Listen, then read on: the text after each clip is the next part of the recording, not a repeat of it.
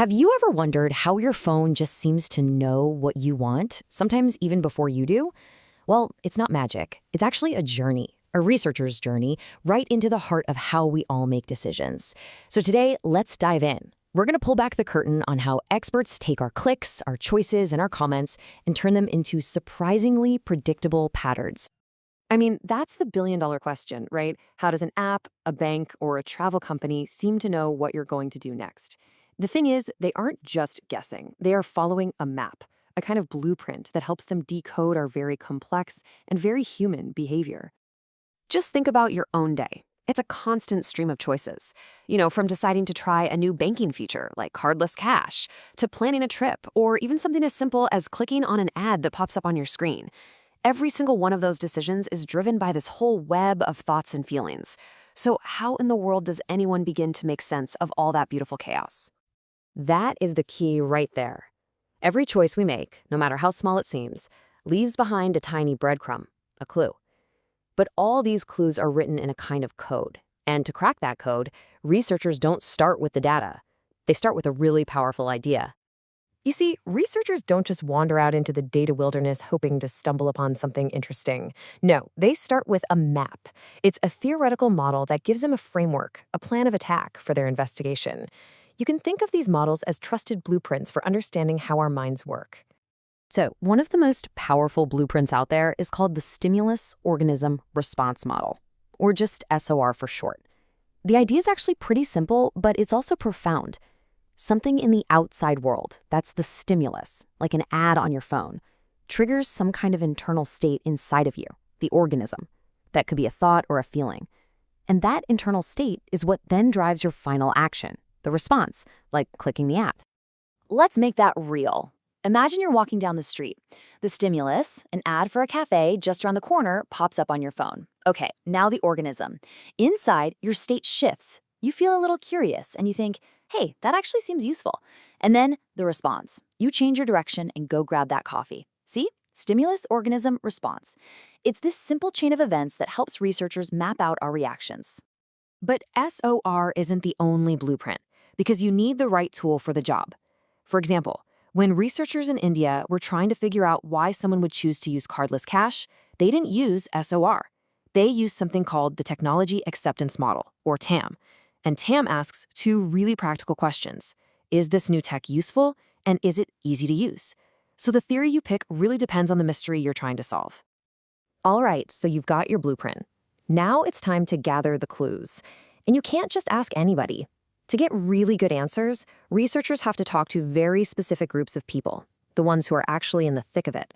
And that specific group, that's called the research sample. And this is a perfect example of that. When researchers were studying how young Indian consumers react to ads on their phones, they didn't just survey everyone. They zeroed in on the 18 to 25 crowd, the real digital natives. Why? Because their behavior would give the clearest possible answers. It's that kind of focus that makes the research so powerful.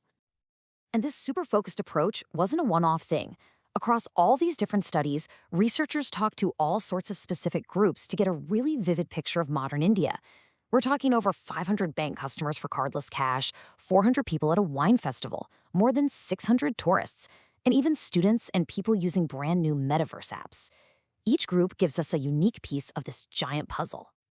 Okay, so you've got your theory, you've collected all your clues. Now comes the really cool part, the detective work. This is where you decode it all. And you can really boil this whole phase down to two main jobs.